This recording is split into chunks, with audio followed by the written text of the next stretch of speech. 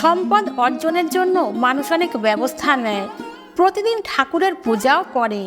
এছাড়া মানুষ বিভিন্ন ধরনের প্রতিকারও গ্রহণ করে। কথিত আছে যে শুধু দেবী লক্ষ্মী নয়, ভগবান বিষ্ণুর পূজা করলেও অনেক আর্থিক সুবিধা পাওয়া যায় এবং প্রচুর আর্থিক লাভও হয়। বন্ধুরা, আজকের ভিডিওতে আমরা আপনাদের জানাতে চলেছি যে যদি আপনি কখনো জোড়াকলা পান তাহলে অবশ্যই একটি সহজ প্রতিকার চেষ্টা করুন। এই প্রতিকার করলে আপনি মা লক্ষ্মীর পাশাপাশি ভগবান বিষ্ণু ও বাবা মহাদেবের আশীর্বাদ পাবেন, যার ফলে আপনি আর্থিক সুবিধা তো পাবেনই, সেই সাথে আপনার জীবনের সব সমস্যাও দূরে চলে যাবে।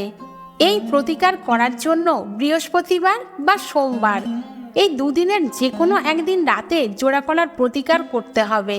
প্রতিকার কিভাবে করবেন জানার আগে আপনাকে জানিয়ে রাখি যে আপনার বাড়ির বাগানের কলা গাছে বা বাজার থেকে কিনে আনা কলার মধ্যে যদি জোড়া কলা থাকে তাহলে সেই কলা কখনো খাবেন না।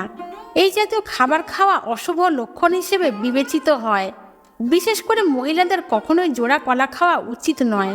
তাই এবার থেকে যখনই আপনি জোড়া কলা পাবেন এই প্রতিকারটি অবশ্যই চেষ্টা করুন। আপনাকে যা করতে হবে তা হলো সোমবার বা বৃহস্পতিবার সন্ধ্যার সময় আপনার ঘরের মন্দিরে যান, পাকা হলুদ রঙের জোড়া কলা নিন। এরপর একটি কলায় কুমকুমের সাহায্যে স্বস্তিক তৈরি করুন এবং দ্বিতীয়টিতে আপনার নাম লিখুন। এরপর বাড়ির মন্দিরে একটি মাটির প্রদীপ ঘি দিয়ে জ্বালান এবং এর মধ্যে একটি লবঙ্গ রাখুন। তারপর আপনার মন্দিরে যে মা লক্ষ্মী ও ভগবান বিষ্ণুর ছবি বা মূর্তি আছে সেখানে ভগবান বিষ্ণুর পায়ের কাছে সেই জোড়া কলাটি রাখুন। এরপর ওম নমো ভগবতে বাসুদেবায় নমঃ মন্ত্রটি 3 বার জপ করুন।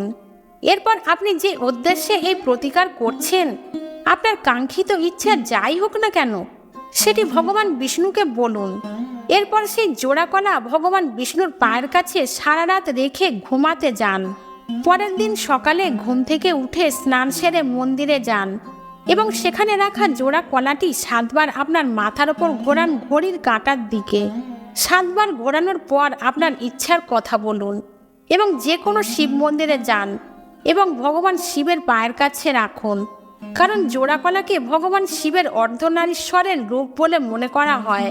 শুধু জোড়া কলা নয়, আপনি যদি কোনো জোড়া ফল বা সবজিও পান তবে আপনাকে অবশ্যই সেগুলি ভগবান শিবের চরণে নিবেদন করতে হবে।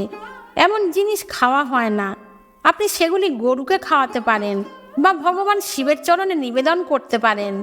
এতে আপনার ইচ্ছা শতভাগ পূরণ হবে।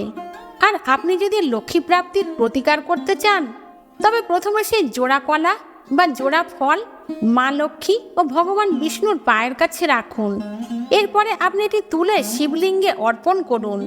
এটি করলে আপনি অবশ্যই আপনার বাড়িতে প্রচুর ধনসম্পদ পাবেন, সেই সাথে আপনার বাড়িতে সুখ ও সমৃদ্ধির অভাব থাকবে না। তো বন্ধুরা, আপনি যদি কখনো জোড়া কলা পান তাহলে অবশ্যই এই প্রতিকারটি চেষ্টা করুন।